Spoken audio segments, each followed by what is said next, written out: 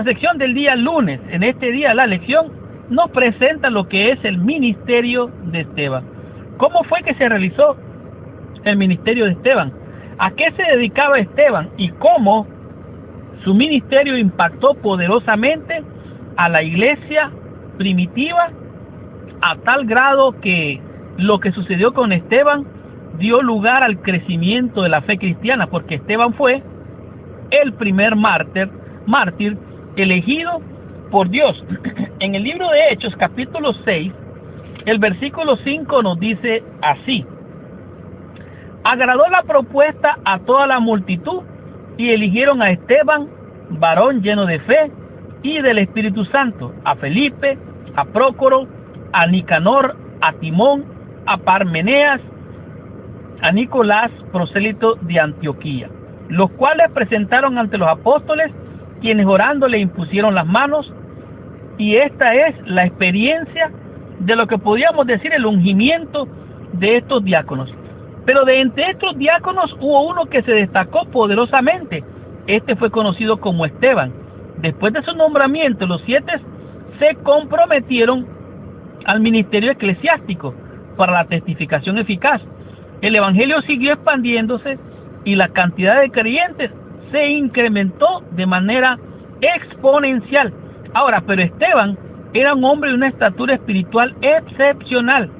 Esteban mostraba en su fe y su carácter ser una persona distinta. Dice que tenía sabiduría y estaba lleno del Espíritu Santo, tanto así que él se dedicaba a enseñar a los judíos helenistas. Esteban compartía el evangelio en las sinagogas helenistas de Jerusalén, que por cierto habían varias. Había una en el norte y había una en el sur. Ellos mayormente eran inmigrantes. Ahora, algunos eran de Cilicia y de Gacia. Indudablemente Jesús era el tema central de Esteban. Esteban realmente tenía una comprensión excepcional de la fe. Pero, además de esto, de su comprensión del evangelio y sus implicaciones, él superaba a los de los creyentes de Judea. A Esteban lo acusaron en algún momento de hablar blasfemia contra Moisés y Dios, es decir, contra la ley y el templo. Y esto fue lo que sucedió en el libro de Hechos, capítulo 6, del 8 en adelante, dice así: Esteban, lleno de gracia y de poder, hacía grandes prodigios y señales entre el pueblo. Entonces se levantaron unos de la sinagoga llamados los libertos, y de los de Cirene, de Alejandría y de Cilicia y de Asia, disputando con Esteban. Empezaron a enfrentar a Esteban, empezaron a mostrarle argumentos, pero miren lo que pasó, cómo Esteban enfrentó esta situación. Dice aquí el versículo 10: pero no podían resistir a la sabiduría y al espíritu con que hablaba.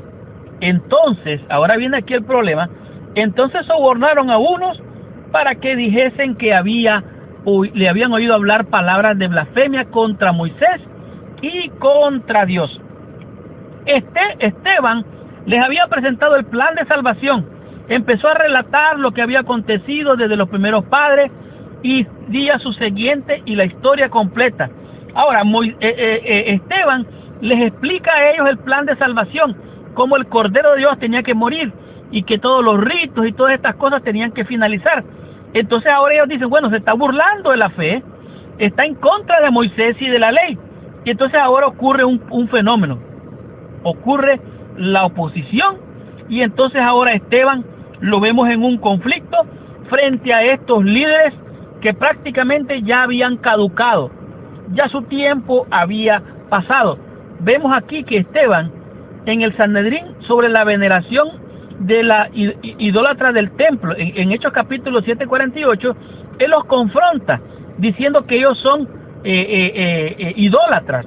Dice que revela que comprendía las implicaciones más profundas de la muerte de Jesús y hacia dónde conduciría esto, al menos en lo relacionado con el templo y sus servicios ceremoniales. En otras palabras, seguramente Esteban señaló que los servicios rituales del templo ya no tenían ninguna validez, y esto enfureció a esta gente por eso pusieron testigos falsos para incriminar a Esteban y de esta manera prácticamente matarlo, asesinarlo. Dice que estaban demasiado apegados al templo y a otras prácticas ceremoniales. ¿Sí se da cuenta? Algunas veces podemos estar aferrados a costumbres, a hábitos, aún religiosos, que realmente no sirven de bendición, no sirven para la salvación. Por lo tanto, Esteban y quizás también los demás creyentes helenistas comprendieron rápidamente que la muerte de Jesús significaba el fin de todo el orden del templo. Por lo tanto, debemos de estar dispuestos a recibir la luz del Espíritu para ver más allá de lo que nuestros ojos humanamente pueden ver, hasta donde podemos ver humanamente. Estudiemos la lección en el día martes y comprendamos qué nos dice en este día la lección lo que pasó con Esteban cuando estaba delante del Sanedrín. Estudiemos la lección, recibamos nuestra bendición.